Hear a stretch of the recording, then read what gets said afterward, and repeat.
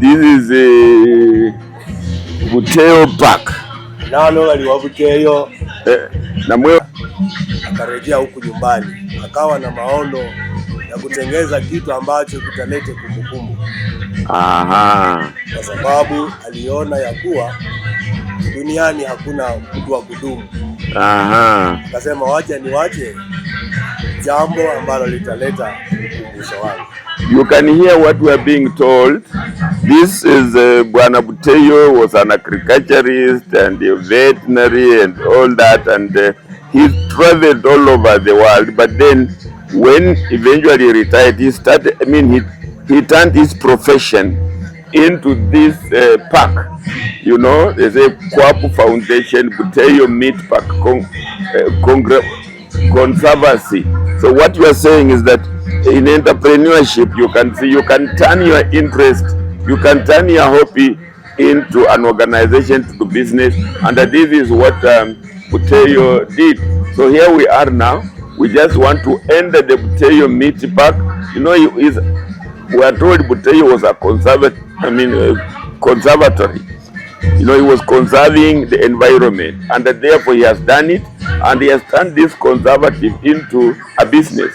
We have come here, it is a park, it's a restaurant, children are enjoying, and now let's go and see the inside of Buteyo Park, a park that came out of the hobby, the interest, and the profession of somebody. In other words, you are turning your profession, you are turning your interest into a business. So, na mimi naongea na nani bwana? I'm called Linus Juma na Manda. Oh, Linus Juma na Manda. Yeah. Sasa hapa wewe ni unafanya kazi gani? Naona niko na uniform nzuri sana, Buteyo Meat. Yeah, I'm a servant here.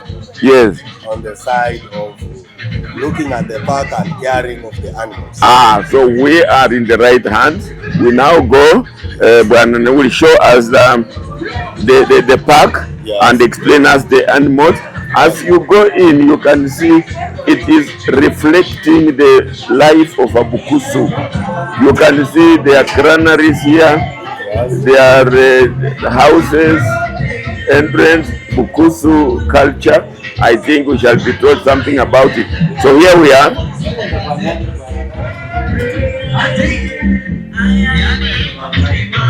This artifact,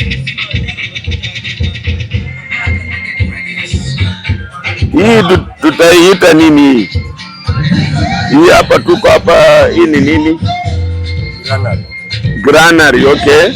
Sasa hii granary, you can see it is made of grass, and there is a top stick over there. It has been made using certain sticks, and it's not put on the ground. It must be put above the ground. Story kana ambayo naweza kuonyesha anything about this granaries. Hii ni nyazi gani imefanya hivi, miti gani umetembea, hii na hii inafanya kazi gani? Sasa this is a granary, and it has been put here. Previously it was for storage of the grains, because the houses were small, they couldn't contain all the food stuff that would be from the farm. And you know that it wasn't dry. So when you get put food in this granary, that those grains, maize, millet, and sorghum, you see that fresh air can go through, and now it dries gently. Secondly, when we make it we touch it in the grass using the balls, and down here you see the stones. Now the purpose of the stones raises the granary, the store above the ground, so that water cannot enter into the granary and destroy our food stuff. But purposely, as you see this granary, they were put here as stores food, but they are symbolic, meaning that this was a layout of the Bukusu home. Now you see, That was the first. Now when we get here, we get to learn that now these are the houses of the sons. This one is the house of the first son. That one is the second son. That son and that son. They were building the houses engulfing the prey. In that in case of any attack, they are out fast before they see the barrier. This is very good. You know, one, we have learned therefore that the Bukusu were farmers. The Bukusu were agriculturists. And the Bukusu could harvest more than what they need to eat. And therefore they needed to store.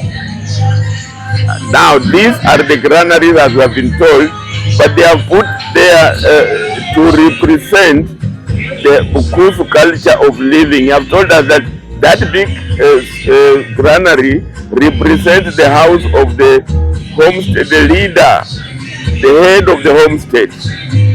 And then what follows on the sides are the houses of the sons. They were doing that to show that should there be an attack, people will the sons will first of all confront the enemy before the enemy reaches the father. So it was a technique. And now, why that? Because the Bukusu, because they were harvesting and storing, the neighborhood, the neighboring tribes, like the Maasai and all that, they would attack the Bukusu to get the grain, sometimes even to get the wives. Therefore, the Bukusu learned a technique of self-defense and a technique of fighting the enemy. So one of them is the father is protected, is in the middle. The sons are on the side. When you enter a homestead of Bukusu, Lukoba, you call them Lukoba, they stood in a territory and therefore protected. And from that is when they learned the technique of fighting, the technique of warriors, and they became very fierce to repel, self-defense, to repel the enemies from attacking them and getting the grain. In fact, that is what earned them the name Kitoshi. Kitoshi is a Maasai name calling the terrible ones. Of course, the Bukusu did not like the name the terrible ones, so we shall see how they became now to be called Bukusu. But it came from their technique of self-defense. They were not attacking; they were defending themselves. So the Bukusu are a peaceful person, a peaceful people. But if you attacked them, then they retaliated and they retaliated ruthlessly. So you can see, in terms of grain, the Bukusu were harvesting and saving for the future. So you see, the entrepreneurship started from there. He has told us that the granaries were raised so that the water cannot reach the food, and also the insects, animals, whatever it is, a kind of security purposes. Now, these sticks. Wow, these sticks. The base, we get to know that the base was made out of sticks. They are called Landana. In Bukusu. Lufufu in Bukusu, yes. And the base was made of liners, those climbing things. Yes. So that they would be easy to place the base. Thereafter, then we come to those of Landana, those that now are strong and can make it stand. You can see entrepreneurship here, innovation, creativity. It was creative right from the beginning, thinking of how to preserve our food, to minimize post-harvest, post-harvest waste. Right? Yeah, post-harvest waste and all that. Right from the word go, the Bukusu were creative, innovative, and therefore the technology, local technology they were using was, invented in terms of how do we have our food security. So there they are. Now, not every stick, not every plant will make that, carving. So it's called lufufu, lantana, as I just put it, and therefore it is. Now we walk around here, and you see, we have some. This is an elephant. Yeah, this is a portrait of an elephant. A portrait of an elephant, yes. So when at this park, you learn that we don't have all the species of animals that people expect us to have. So we have first make this, so that if children will come and see and start inspiring of what they can have at the park. But then we also put there, as we are looking for the adaptability of that kind of animal. Can it survive with us? Can it survive in this environment? Can we have the food to eat it? And that's why we have some of this. Yeah, you see, where the Bukuzus were nomads also. They farmed, they domesticated animals. I'm told the Bukuzu were the first to domesticate a dog, and they domesticated a dog for purpose of hunting the antelopes and the other, we shall see them. And then there is a Bukusu praises himself by saying Lirango Lienjofu. Do you know anything about Lirango Lienjofu? Now, Lirango Lienjofu, it was symbolic, or it was a saying that a man or a gentleman was to be strong like the leg of an elephant, meaning that no one could enter or no one could just pursue their land. So they could have that, they had that saying, meaning a gentleman was to be strong, a good man was strong, and was not anybody to be tempered with. So that's why they had that saying. Indeed, like I said, Bukuzu being farmers, the history is disputed. There are people who say Bukuzu came from Misri, Egypt, coming downward. There are others who say from West Africa. But whatever it is, the Bukuzu were farmers. They would till the land, and therefore, as the weather changed from the north, that they were searching for where to give their, where to farm their product. So here they are, and as we are told, the neighboring enemies would come and attack them and get the food from. So they developed a technique of fighting and protecting the food. So they started believing that they are as strong as an elephant. They say we are a Lirango Lienjofu. That was like a war calling, so that it causes you believe that you are a Lirango Lienjofu. These neighbors, these attackers will not fit us, and therefore it went in. You have seen, for example, modern, you look at New Zealand or Australia when they are doing rugby, players of rugby, they start emotionalizing themselves to psychologically be strong. So Lirango Lienjofu was for the Bukuzu to believe that no enemy will attack us. Believe that you are a Lirango Lienjofu, nobody can beat us. And you can see still we have some, there is a symbolic antelope here. The Bukusu, eggs. Yeah. Anything about eggs, omanyile kosina unajua nini kwa eggs ni Bukusu? The antelope here shows this animal is a peaceful animal, and it was symbolic that when you train something, if you train the footsteps of that antelope, then you are a very terrible hunter. So it was there. That's when they came to present that Rwanda. They could trace, they could look and follow and get.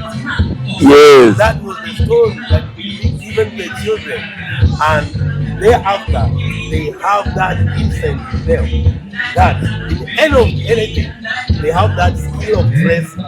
But there's some gunman or some challenges attacking them. That is very good. You see, you lose something, you have to find it.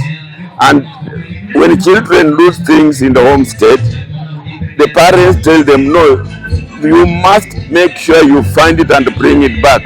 They were even encouraging them, look, if we followed the footsteps of an antelope on the rock. Imagine when an antelope steps on the rock, there's no footstep. But look, they're encouraging that even, the antelope that went through a rock, the Bukusu followed its footsteps and brought it back.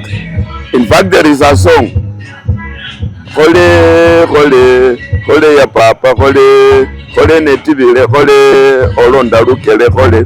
That anything that is lost, you must follow the footsteps. There is something else on the AGC. This antelope, there is a saying that AGC yalila owakifumbusya.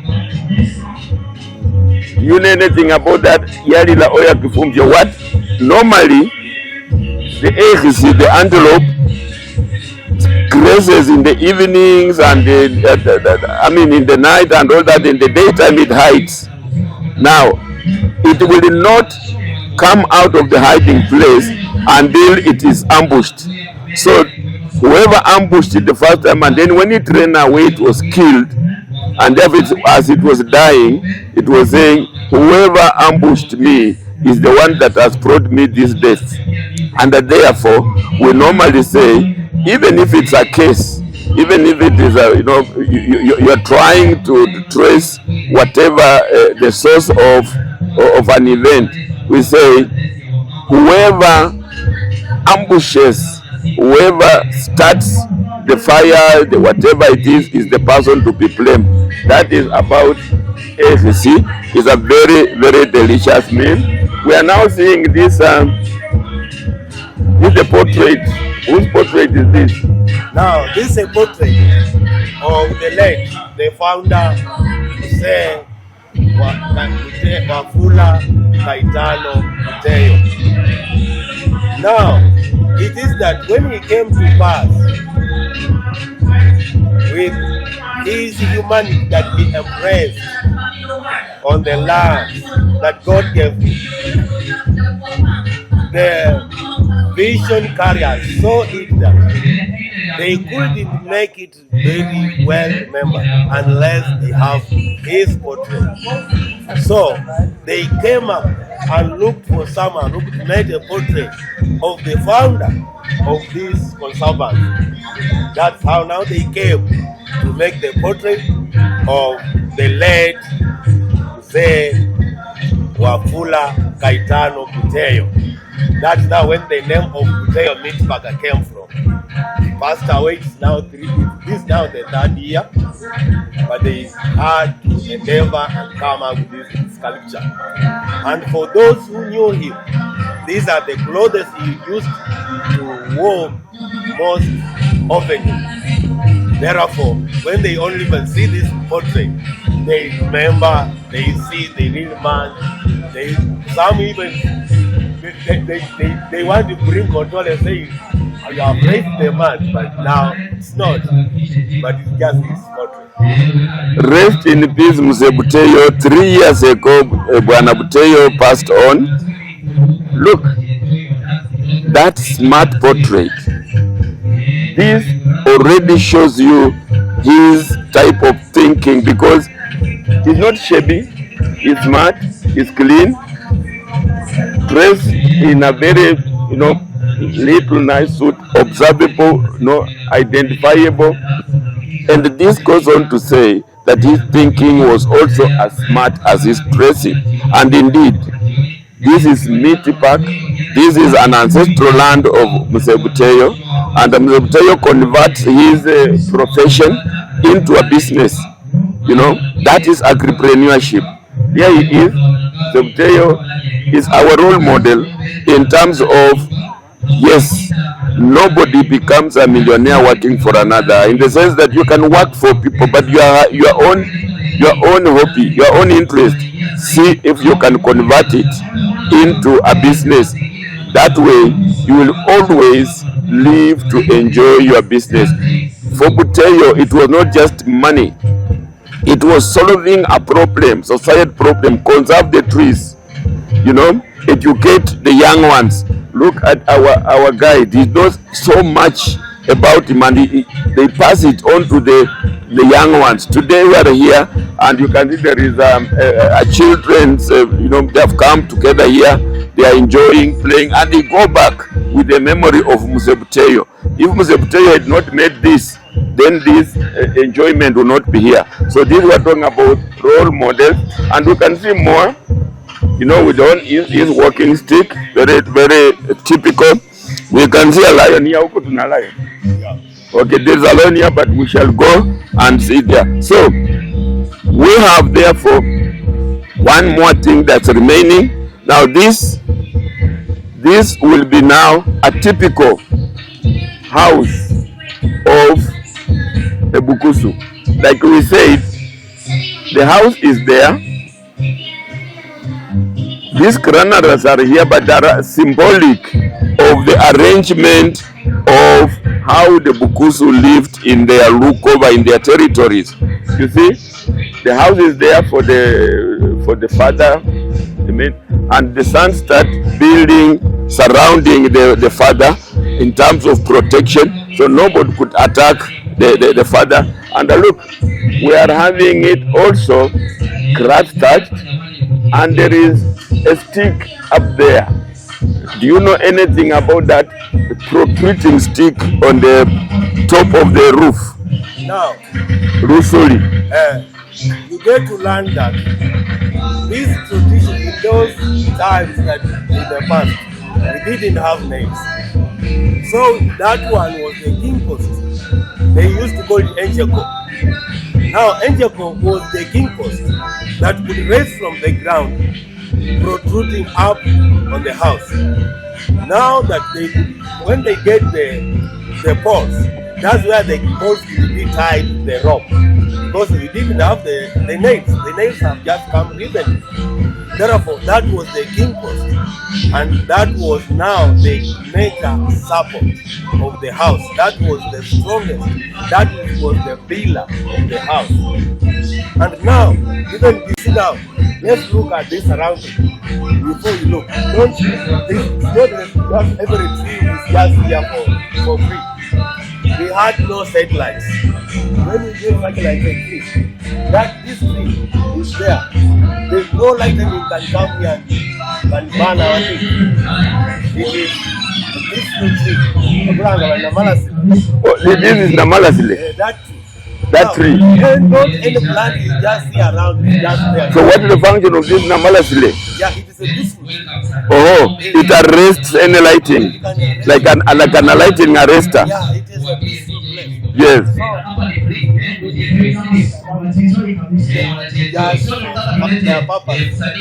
I think we shall see even more of that. Now you can see this one. You can see like a flower. Yes, like a flower. What one is this one called? This is called when you have something against, yes, once you pass here, yeah, it's over. Okay. This is a tradition, that if there's somebody with bad omens or with bad intentions, once he passes here, whatever he wants to do out there, it will not function. It's finished. Now I have been told, let's come in and see Enjeko.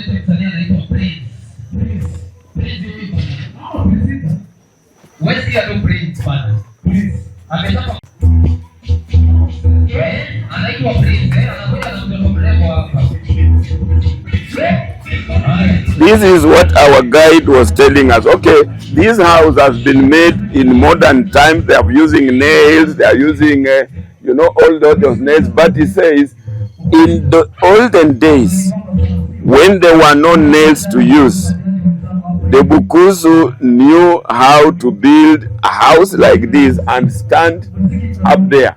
There was a middle one called Enjeko, which would come from the top and go up to the top, and therefore using the ropes, all these poles that were now slanting would be tied with the ropes out there, and all here this landing, or rather the base, they were only using ropes, and either made from sisal or even skin, and make ropes like they use the ropes for when you know an ox-drawn plow, torobo, all those things that were used to tie. So that protruding stick that we saw out there was symbolizing that there was an angel which goes up to the top, and then we tie all our poles on that, and it became. So that was our architecture. The nails have come today, and now we have made easier modernization, but this was it. You can see we have some artifacts here. We have SAC. Tell us something about. Now, this one is a calabash. In the Bukusu is called SAC.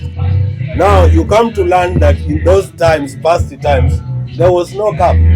Now this was the cup that would fetch water, get porridge from the sufuria when you take it. It was also used for taking local brew, busa. Now this was the one being used because there was no cup. And now this calabash comes from the quad. Now this is the quad. When it is wholesome like this was purposefully for storage of liquid food like milk. But now when we split in the middle, we come to get what?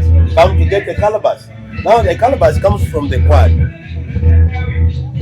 Now this could give milk, and it could be very safe for our use. You see, Bukusus didn't have plates, they didn't have cups, but they needed to eat food. They needed to have where to put your food to eat. So the calabash, this is a small calabash split into to make like a cup. When you go to fetch water from the river, there's no anything to use to pick the water. So this was multi-purpose. It can pick the water from the river into the Mutungi, into the Esongo. It could also, when it's at home, you can also use it to drink your porridge. It becomes a plate. From a cup, it becomes a plate. You could also use it to drink busa, the traditional brew of, and therefore multi-purpose. One fits it all. That again is entrepreneurship, in the sense that you don't need to buy so many things, a cup, a plate, one fits it all, and it saves on even expenses. So the Bukusu were entrepreneurial right from the start. This quad could be used, like I said, you could preserve milk and extend the shelf life of milk. Milk, when milked fresh, it goes bad very quickly. But they used to make here with some ash. They add some ash, kumuimbui, so that you preserve it and it becomes mala, and therefore the shelf life becomes, and the food security is achieved. So you can see here, and this one, what will it be? Now, this one in the Bukusu Arangabaluten, but now it's purposefully for winnowing. When we have the grapes, and it has some husks. So how do we get husks out of these grapes? After being taken in the mold and bound, and the bounder, and it has been bounded. Therefore, we use this one and this one. Now we winnow, or we clean the grains using this one. Now this one was there for winnowing and making our grains clean, and it has no husks. You see, again, we didn't have the mechanics or like sieving the husks from the grain. No, when you come from the field and let's say this is maize or this is millet or sorghum, you have shelled them. They are mixed with a lot of that the husks and that. So first we could use the this enduvi. There was no bucket, and we used to have this. There were no bucket, and then so you get two chinduvis. You put grain here and another one down. Then you hold it up and then start pulling so that the wind removes blows away the husk. But not all the husks will go. So then you will transfer it onto this, and then they start. It's like very very artistical. They throw it up. And when it is up, the wind again blows, and then it comes back. And this is how we were cleaning our food from. So also, it is not every stick or every plant that makes this. It was made, and inside here you can see we have smeared with cow dung. This cow dung is now to close any openings that the grain will go through. So any grain, all purpose again. Be it rice, be it wheat, be it barley, but for Bukusu it was the traditional Bukusu plants and food were millet and sorghum. Maize is an import. It came in colonialism called Nasimia. The name Nasimia is a new one to the Bukusu, but the grains that we know in Bukusu traditionally are the millet and the sorghum. So this is lutelu, a winnowing instrument. And they come in different shapes. You can see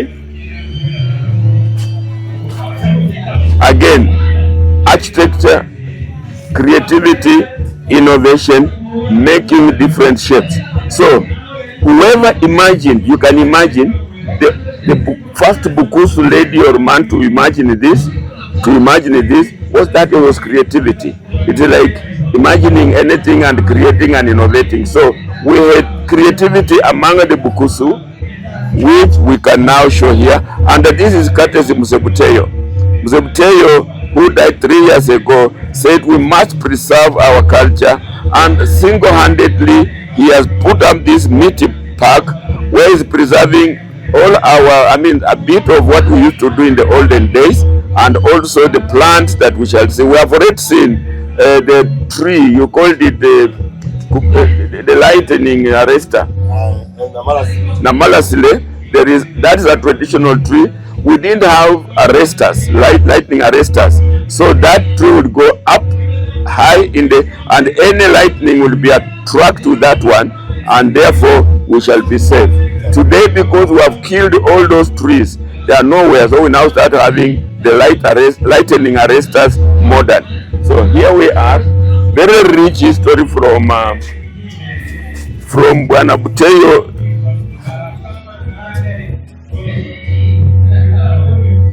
Sibu yunamwe wakaja kwa zibu hizo ngazi pako nino kubani.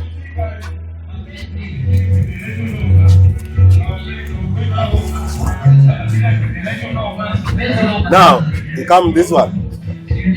Yes, it's normally seaweed in the Bukusu. Seaweed, yes. So this one is to pound, like if you want to really make from groundnut, for example, from simsim, for example, you want to pound it until it becomes like dough, and then you can make it sifruko and all that. We used to use this, and this is common. The Kambas have it, the Bukusus have it, the Sudanese. It's common in Africa, and now pestle and mortar and the pestle, we are now even using it in laboratories in modern teaching. And now, get to know that it was not only for bounding grains. You learned that at those times you didn't have the packet to go for milking. Now this was the milking jar. Because even though the cow could bring that kick, it knocks this one. It can't break, and the milk can't get poured. So this was the milking jar. Get the milk here, go and pour in the pot, and come back. But they were not of this size. They were somehow large a bit. So this was also used for milking, because we had no milking jar. You can see the all-purpose, philosophy among the Bukusu. The Bukusu didn't want to get a gadget for every task in the house. They would get one or two, and then that one does many jobs. Like I've seen this one being a cup, a plate, and many other. Now that one being a mortar for pounding and also for milking. Therefore, that again is entrepreneurship, the ability to minimize costs but achieve what you want. Then we have this one. Now, this one in the Bukusu it was called Sibumba. Now, this was the bowel. They used to make it out of clay and burn. Now, this was where we used to get vegetables. Now, in case they were little, they put there. Then maybe like a hen, they put on this one. Now you get to learn that the name Yaya. Now you know in the books there's the same Yaya. Now they used to eat together. They used to eat together. So this was the bowel. They could now the meat in the Bukusu land was not that a child could be given meat, but you are given in the hand and soup is placed on the bowel. So just put it and get to eat. Now when we come to the plate, we have this one. In the Bukusu land, now you get to know that, see that. Now in case we had more than one visitor, now you get to know that we had no plate. Now they could prepare the ugali and put here. Now when it was a small group, then it could be there was that one that was made halfway, but a large group they put here ugali. So they eat here together. They could just place in one place because the Bukusus knew that when you eat together, then even though in case of any difference, you could solve that difference because you are people who eat together. So this was the plate. We are now hearing about social entrepreneurship. Bukusu were socializers. You know, they put all the ugali in one and in the middle, and you are sitting all round with those eprakuli and all that, and therefore, like I said, huyaya. So you all take from one, and then you have your meat in the hand. If they are children, the soup you dip, you put in the soup, and you eat together. Now eating together, like I said, had a meaning. There's no one who is going to think of poisoning that food, because if you poison, all of us die. And if somebody sees someone has done that, then they will reveal it. And then, but when we are given alone, it is easy to destroy each other when you are divided. Today say, divided we fail and together we win. So the Bukusu had those social entrepreneurship, working together, socializing together, and therefore preventing any common enemy or any enemy that would want to attack the group. Because of that bonding, we are bonded through eating, through playing, and therefore that culture made us strong, made us defend our territories and defend ourselves and our families.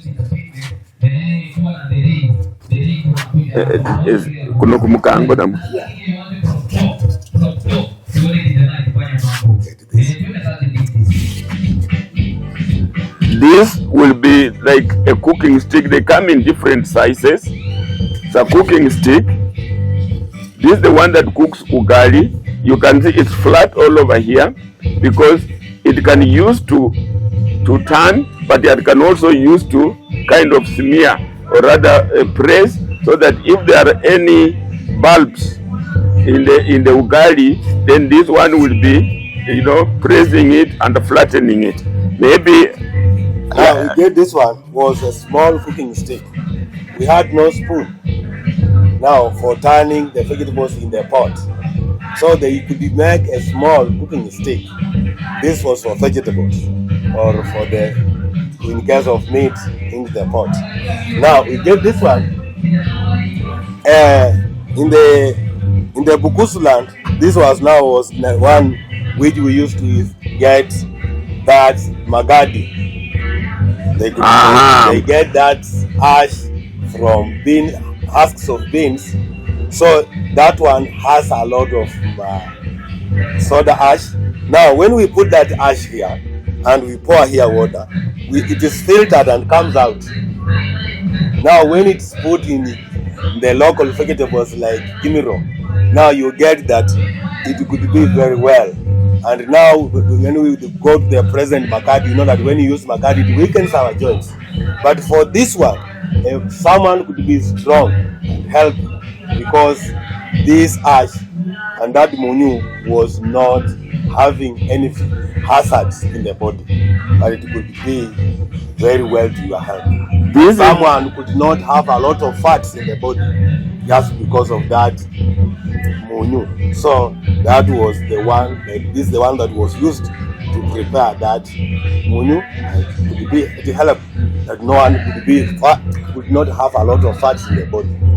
This is excellent. We are being told about what some people say, meat tenderizer. You know, you had something, you want to tenderize your meat, you splash in all that meat tenderizer. You want to soften your green vegetables, leaf vegetables, you put in like Makati soda and all that. But this that we buy from the shelves have got preservatives, have additives, and like I said, you use it and actually it goes into your mainstream and you start having your weakening joints. But now he's telling us that our local Makati, again, it's not every plant that will make that, Makati soda. We're just calling Makati soda, but called munyu. The munyu, you know, look, the technology again. What we do is, maybe you can you can see there are the holes here. You can see in this, there are holes in this in this gadget, and then there is an opening here, and there's like a storage here. So what is happening is that we get special plants like the beans, the husks of beans, or the peels of bananas, and then we burn them and we get the ash. You put all the ash here, then you pour on water. It starts filtering. It cannot, the ash itself cannot go through the holes, but then it goes through the holes and goes into the container out there, and then it comes out here. You start, it's like filtering and distilling and all that. And that is pure without any additives. And therefore it's medicinal. It makes our joints stronger. It tenderizes your meat. It softens your vegetables. Say chinunga. They will say, no, there are special vegetables that will use that, and even meat, dried meat, you can also use it. So we had our own, and now this is an opportunity. We are still agricultural. We are still having bananas. We are still having beans. If we can commercialize, make the munyu, commercialize it, that is now agri-entrepreneurship, an opportunity that is just passing in front of us. And also that munyu is also best. It reduces the cholesterol. Yes. It's cholesterol free. Cholesterol free. It reduces the cholesterol, and then things like heart attack. Heart attack. We didn't have pressure. We didn't have our old men dying of heart attack. They used to stay long. They stay long up to 100 years plus. And the fat, it kills the fat, and therefore it is like doing your own exercises to kill the muscle, to reduce the muscles and all that. Yeah. So you can see in a very small area, Buteyo, through Mr. Linus, Silas, he has got an institutional memory. These are the people that we should actually promote. They come and educate our young ones. It's good that the children are coming here to play. You can see the music out here, but we need to see how people with knowledge like this, with history like this, we can use them. We shall take his number. Anybody wants to, maybe for him to tell him the story. And of course, we're talking entrepreneurship. You do not use him for free. Even as we know we are paying the interest, whatever. But at the end of the day, it is quid pro quo. Entrepreneurship says don't just use somebody's knowledge for free. Okay, he's an employee of Buteyo Meat Park. We are paid for the entrance, what it's telling us. But again, if you want him, maybe at this stage you can say your number. your telephone number. So if you want Silas to come and educate you, whether you are a teacher and you want him to invite him to the school or you are an organization, whatever, let him give us his number. My number is 07 13 367 904. Good. So we now yes. Down here we have 2 pots. Now there were different pots in the kitchen. You get this one, it has no handle. This one has no handle, and this one has a handle. Now the pots in the traditional Bukusu way. Now this one was the one used for cooking vegetables, greens, but this one was for meat. Now this one was not, any child was not allowed to go for this pot. You could easily, that one was the one that the kid could go there, and now could make a difference because a spoon that has gone into the pot of meat could not be allowed in the pot of the green vegetables, because it has milk, and milk with meat they don't mix when eating. It is in the Bukusu land, it is the taboo that when you mix, you could have spoiled the milk. Wonderful. So you can see again the pots came in different sizes, and the cooking pot with different functions. There is the pot that will make vegetables, and the vegetables are also in 2 major categories: chinunga and chindeha. The one that you use the makad soda to soften whatever, and the one that you just boil. So every pot had its own function. The meat, and the meat in those days would actually preserve the meat, to dry it. Esike. Nyama esike. That means a preserved dried meat. It can stay for very long. Again, food security. So here we are seeing them. You talked about this. This is no, this was but this was a fridge. This was the one. There was no jerrycan in those times. This was the one. This was the one to carry water from the river, and at the same time, it's the one that we used to store water. When you store that water, it's very cold. At the same time, when you could get a pot like this at the center of the house, now this one was the one that they could use it for taking their brew with their siphoning. Now there are straws. Now it was always at the center. Good. And you see, for it so that it cannot fall, it is put on engara. Yeah, it is put on engara. It is made out of the banana leaves, banana fibers to make that engara. Now there's something now we are now learning. The Bukusu used to live in round houses. The pot is round. And today we talk of a round table meeting. When, like you said, when you put this, the buza, the brew in the pot, and it is a round house, people sit round it, and they start socializing. Now, when you are sitting round, you see everybody.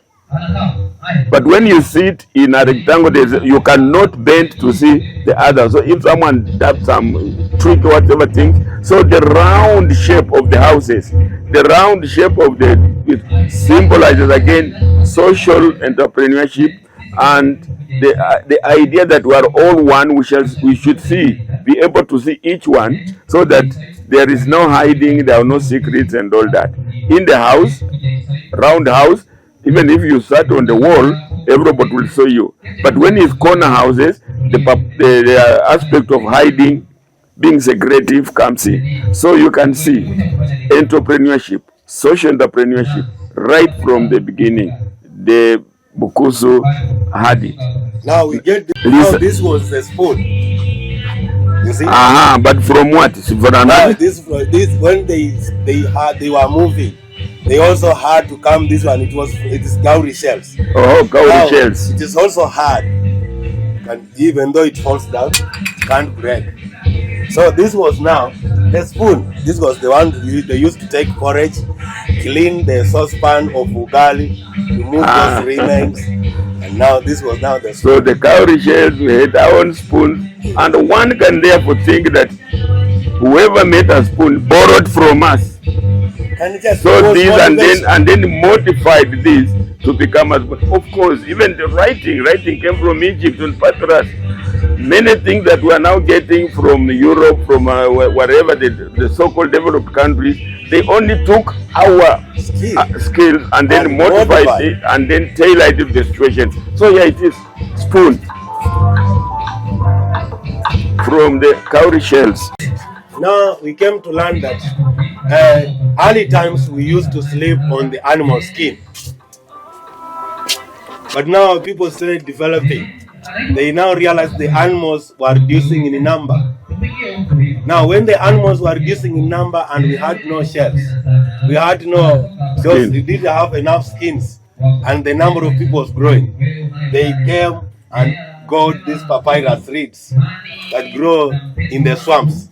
Now they came to make this mat that has been developed by common men and the Swahili. Now they came up with the non-mat and the advanced one. Now when we turn this side, this now the sitting room. We get that in the sitting room, they had no nails. They had this chair. It's called the endebe. Now this one has no nail. No nail here. No nail is here. Now, when there is no nail here, and it's a chair. Yes, they just take a trunk of a tree, and again entrepreneurship, artistry, and then they imagine. And they start shaping the trunk of the tree, introduce those legs and the seating. Sometimes we have 3-legged stool, which has got some meaning, and this is like a 4-legged stool. So we didn't have nails, but we had things to cut, like we melted the iron or to do the cutting, but we could not make a nail. Therefore, in traditional Bukusu homestead, there is no nail used anywhere, including this. Now, when people started advancing, they also had to modify and came to this. You see now, when nails have come, yes, now had that.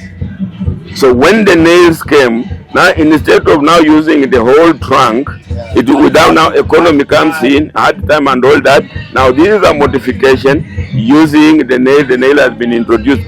That we call it adaptation. We're adapting to the situation as they come. I want to go back to this mat. He has told us that traditionally we were sleeping on skins of animals, but the animals started getting less and less, or the people started more and more, and therefore the supply of the skins became less.